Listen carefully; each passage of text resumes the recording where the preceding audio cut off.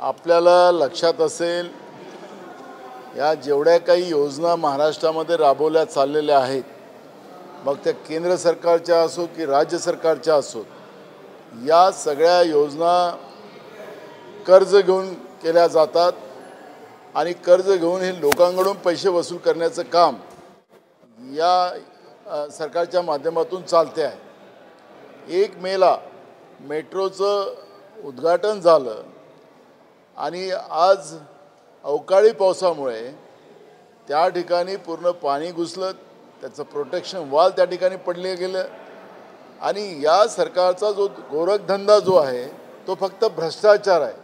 विकासाच्या नावाने कमिशनखोरी, म्हणजे कर्नाटकचं भाजपचं जे सरकार होतं 40% वालं होतं, हे 80% भ्रष्टाचार करणारं महाराष्ट्रातलं सरकार आहे। जनतेच्या पैशाची लूट माजवलेली आहे आणि त्या लुटीच्या माध्यमातून आपले घरं हे भाजप भरताना आणि त्यांचे सवंगडी भरताना आपण पाहतो आहे आणि त्याचा परिणाम महाराष्ट्राच्या जनतेचा आर्थिक बोज वाढवून त्यांना लुटण्याचं काम यांच्या माध्यमातून चाललेलं आहे आणि त्याचाच परिणाम आजच्या अवकाळी पावसामुळे झालेल्या मेट्रोच्या त्याची आवारभिंत आणि प्रोटेक्शन वॉल आणि तिथं पाणी जे घुसलं त्याचं चित्र आपल्याला पाहायला मिळालेलं आहे। नुकसान झालेलं आहे ते सुरुवातीला असं म्हटलं जात होतं की जेव्हा मेट्रो होते पर्यावरणाचा विचार करावा, मुंबईचं वातावरण तसं नाही की भुयारी मेट्रो केल्या जातील असं सातत्यानं काही तज्ज्ञ लोक बोलत होते, त्याकडे दुर्लक्ष करण्यात आलं। आता परिस्थिती समोर येते, विषमता समोर येते। नशीब असं त्याच्यामध्ये कोणती जीवितहानी नाही झाली, मात्र कोट्यावधी लोकांचा पैसा जो आहे तो गेलेला आहे। बघा, भ्रष्टाचाराचे चष्मे लावून आणि भ्रष्टाचाराचा विचार करूनच महाराष्ट्रातलं सरकार निर्माण झालेलं आहे। बेईमानीनं निवडून आलेलं सरकार आहे। यावेळेस महाराष्ट्राच्या जनतेने डोक्यात बसवलं होतं, मनात बसवलं होतं की या BJP आणि त्याच्या अलायन्सला सत्तेतून बाहेर काढायचं। लोकसभेतही तेच चित्र आपल्याला महाराष्ट्रात पाहायला मिळालं, पण विधानसभेमध्ये जी बेईमानी केली आणि त्या बेईमानीच्या चित्रामुळे आज महाराष्ट्रामध्ये सरकार आपल्याला पाहायला मिळते आहे। पाशवी बहुमताच्या आधारावर आम्ही पैशाने निवडून आलेलो आणि म्हणून आमचा अधिकार बनतो की आम्ही आता जनतेचे पैसे लुटावेत, अशा पद्धतीचं जे चित्र निर्माण झालेलं आहे त्याचा परिणाम आज आपण पाहतो आहे की विकासाच्या नावाने भारतीय जनता पार्टी आणि महायुतीचं जो भ्रष्टाचाराचं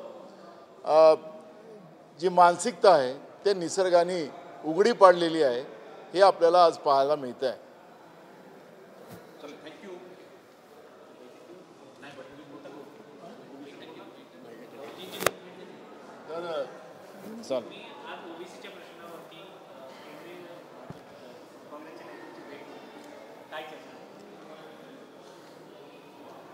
आज संपूर्ण देशातून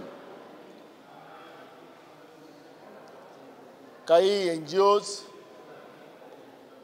आणि विविध राज्यामध्ये काँग्रेसचे काही पदाधिकारी जे OBC संघटनेसाठी OBCच्या हक्कासाठी जे काम करतात अशा लोकांची एक मीटिंग आज झाली। मोठ्या संख्येनं प्रत्येक राज्यातून त्या ठिकाणी OBCचे नेते, भगिनी आणि युवक मोठ्या प्रमाणात त्या बैठकीला आलेले होते आणि सगळ्यांनी एकमतानं राहुलजींचं अभिनंदन केलं, त्यांचा आभार मानलं। ज्या पद्धतीनं, ज्या पोटतिडकीनं त्यांनी OBCचे प्रश्न, जातीनिहाय जनगणना असेल आणि आर्थिक सर्वे असेल, या 2 गोष्टीचा जो पाठपुरावा त्यांनी केला आणि अखेरी सरकारचं नामोहरण केलं आणि नामोहरणाच्या माध्यमातून पण मोदी सरकारवर अजूनही महाराष्ट्राच्या जनतेचा विश्वास नाही। मोदी सरकार हे पुन्हा जुमलेबाजी करते का? OBCची जातीनिहाय जनगणना न करता त्यामध्ये OBCच्या तोंडाला पाणी पुसण्याचं काम करेल काय? अशा पद्धतीच्या भावना जनतेच्या मनात आहे आणि म्हणून आम्ही राहुलजीनं जे त्यांच्या नेतृत्वामध्ये ज्या OBCची जातीनिहाय जनगणना आणि आर्थिक सर्वे करण्याची जी भूमिका राहुलजींनी घेतली, त्या पद्धतीचा एक दबाव नरेंद्र मोदीच्या सरकारवर निर्माण करण्याच्या दृष्टिकोनातून प्रत्येक राज्यात ओबीसीचे आंदोलन निर्माण करून एक मोठी चळवळ, एक मोठी जनजागृती त्याच्या माध्यमातून करण्याचा निर्णय आज आम्ही घेतलेला आहे आणि त्या पद्धतीचं कामकाज पूर्ण देशामध्ये सुरू होणार आहे.